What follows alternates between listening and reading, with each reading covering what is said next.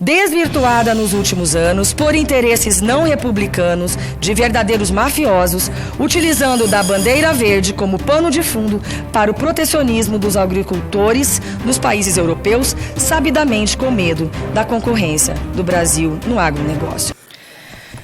Obrigado, senhor presidente. Nessa quinta-feira, dia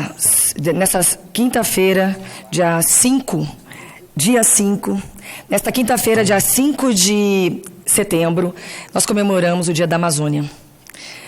E nesse momento que nós estamos passando, precisamos sim conversar sobre esse caso e entender o que estão tentando fazer com o nosso país.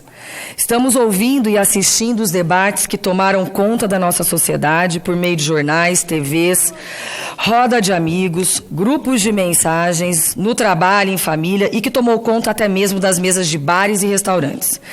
Literalmente, a bola da vez é a preservação da Amazônia brasileira.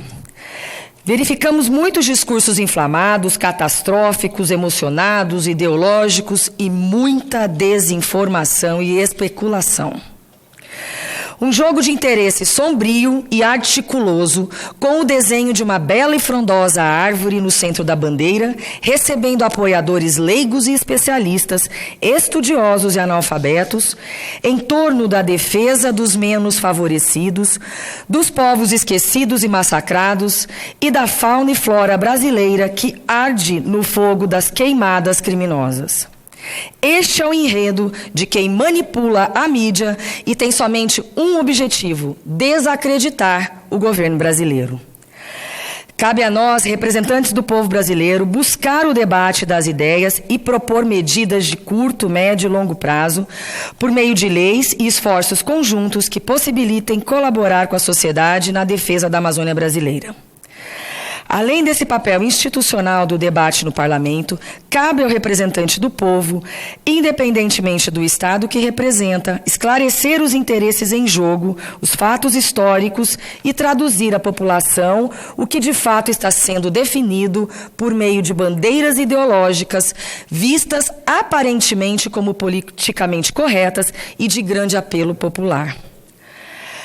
Há muito mais em jogo do que o meio ambiente, as queimadas e as reservas indígenas. Não podemos mais ser enganados pelas mentiras e versões escolhidas por alguns profissionais, articulados e influentes que ajustam os fatos aos seus desejos e interesses. É evidente a manipulação das informações com tentáculos internacionais sendo utilizados para ressuscitar pessoas e partidos que até alguns dias atrás só respondiam a processos criminais por corrupção e hoje se intitulam defensores do meio ambiente e dos pobres, índios e demais. Muitos, meus caros colegas senadores, inclusive sem saber sequer onde fica a Amazônia Legal e quais seus verdadeiros gargalos e problemas. Apenas para alinhar e ajudar a população brasileira que nos assiste pela TV Senado e nos ouve pela Rádio Senado, gostaria de pedir licença aos colegas senadores destes estados a seguir para lembrar que hoje a tão aclamada Amazônia Legal é composta por 8 estados, além de pequena parte do Maranhão: Acre, Amapá, Amazonas, Mato Grosso, Pará, Rondônia, Roraima e Tocantins. O conceito da Amazônia Legal foi criado por lei federal e corresponde a aproximadamente 61% do território brasileiro, com um único intuito: planejar medidas de desenvolvimento, infraestrutura, valorização econômica da região, buscando diminuir as desigualdades para com os demais estados brasileiros.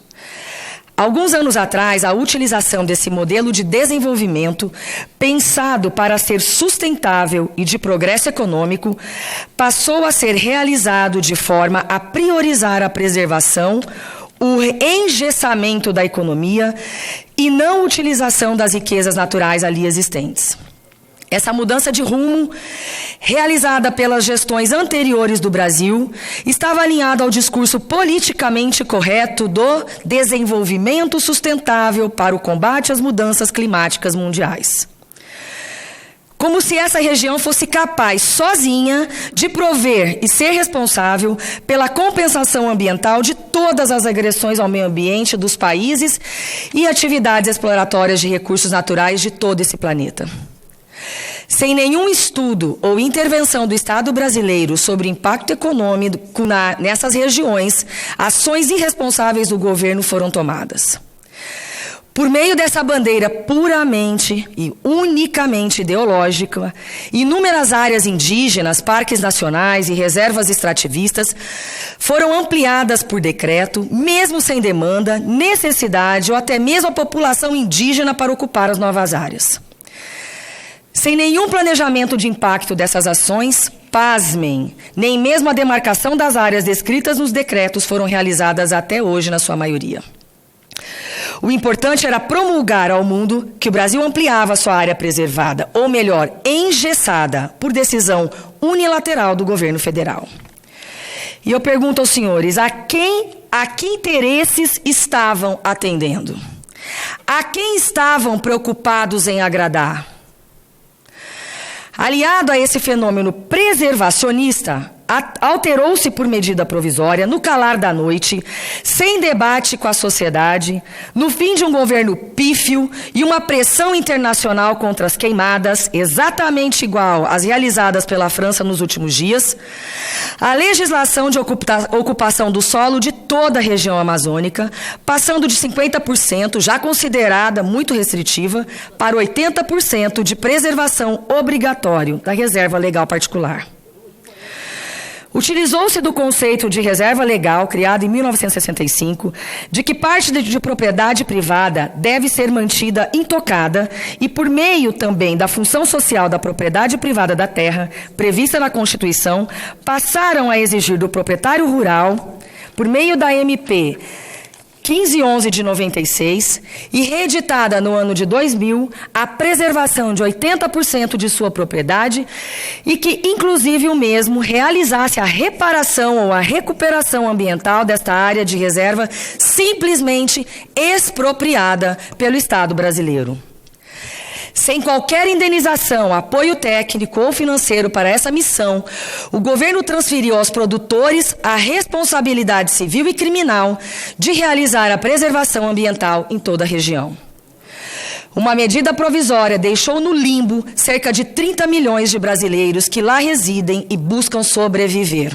Eles, sim, gostam da pobreza. Quem fora chamado de desbravador, de bandeirante, de herói, recentemente está sendo chamado de devastador, de criminoso, de assassino da floresta.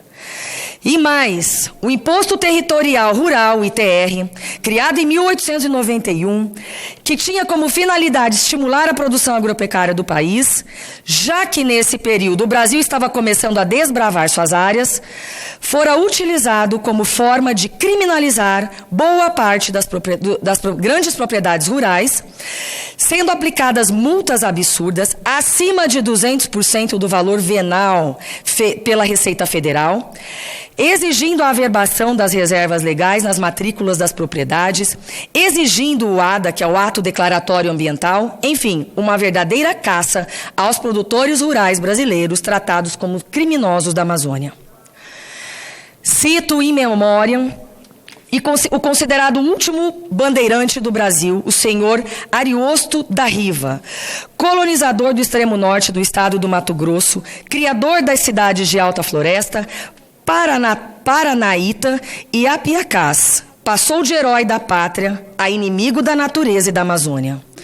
Junto com inúmeros outros heróis brasileiros, como Enio Pepino, colonizador de Sinop, Mato Grosso. O Brasil desrespeita a sua história. Estou quase acabando, senador. O Brasil desrespeita não só os colonizadores e as famílias oriundas de vários estados que migraram para a Amazônia para ocupar as fronteiras brasileiras. Desrespeita a sua essência, a sua raiz. Famílias inteiras de paranaenses, gaúchos, como é o caso da minha, paulistas, entre outros, na sua maioria pequenos produtores de café e cacau, buscaram se aventurar Brasil adentro nessa época, atrás de melhoria social e econômica, buscando desbravar o interior do Brasil. E fizeram isso porque foram chamadas pelo próprio governo federal na famosa ação Integrar para não entregar. Pois o Brasil estava prestes a perder territórios porque não os utilizava, nem mesmo os conhecia. Recentemente, essa ampliação da reserva legal fora novamente e equivocadamente reforçada e reafirmada por meio do Código Florestal Brasileiro, aliado às restrições ainda maiores para a produção agropecuária dessa região. Tudo isso em nome do meio ambiente, dizem esses pseudo-especialistas. O Brasil estava no caminho certo? Com essa perseguição ao homem do campo amazônico? Não, claro que não. Tudo isso pode parecer uma política de preservação ambiental, de apoio aos indígenas e de desenvolvimento sustentável na região, mas não é. Isso não tem nada a ver com o meio ambiente, ou com os índios, ou com o clima do mundo.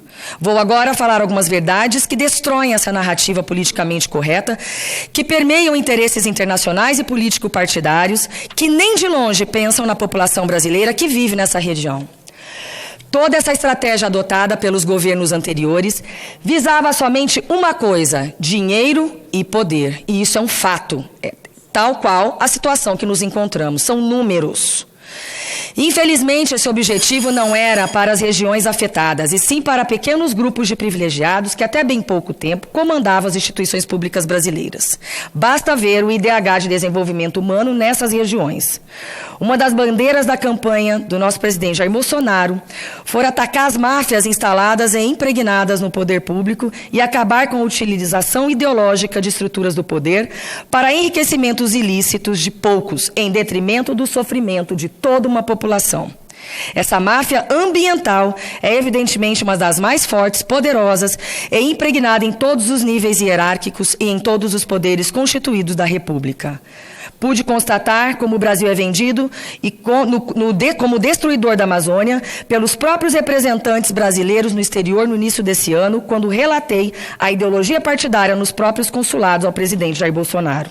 Isso é uma vergonha. Os interesses pessoais e político-partidários são tratados acima do interesse do próprio país. Eu estou sinceramente estarrecida em ver cartas e depoimentos de ditos representantes brasileiros apoiando uma suposta invasão ou apropriação da Amazônia Legal por outros países, com esse discurso falso e hipócrita de preservar a Amazônia. É inaceitável esse tipo de comportamento de quem se diz brasileiro. Expresso aqui o meu total repúdio. Tenho certeza que toda a equipe de trabalho atual do governo federal, orientados e geridos pelo excelente ministro do Meio Ambiente, Ricardo Salles, realizarão as ações necessárias para mitigar as queimadas, responsabilizar os criminalmente que estão colocando fogo propositalmente em lotes urbanos e rurais. E ainda, juntamente com os demais órgãos do órgão federal, da sociedade brasileira, buscam insistentemente o resgate ao apoio ao desenvolvimento da região amazônica, desvirtuada nos últimos anos por interesses não republicanos de verdadeiros mafiosos, utilizando da bandeira verde como pano de fundo para o protecionismo dos agricultores nos países europeus, sabidamente com medo da concorrência do Brasil no agronegócio. Muito obrigada, senhor presidente. Eu que agradeço, eminente senadora Soraya Tronic.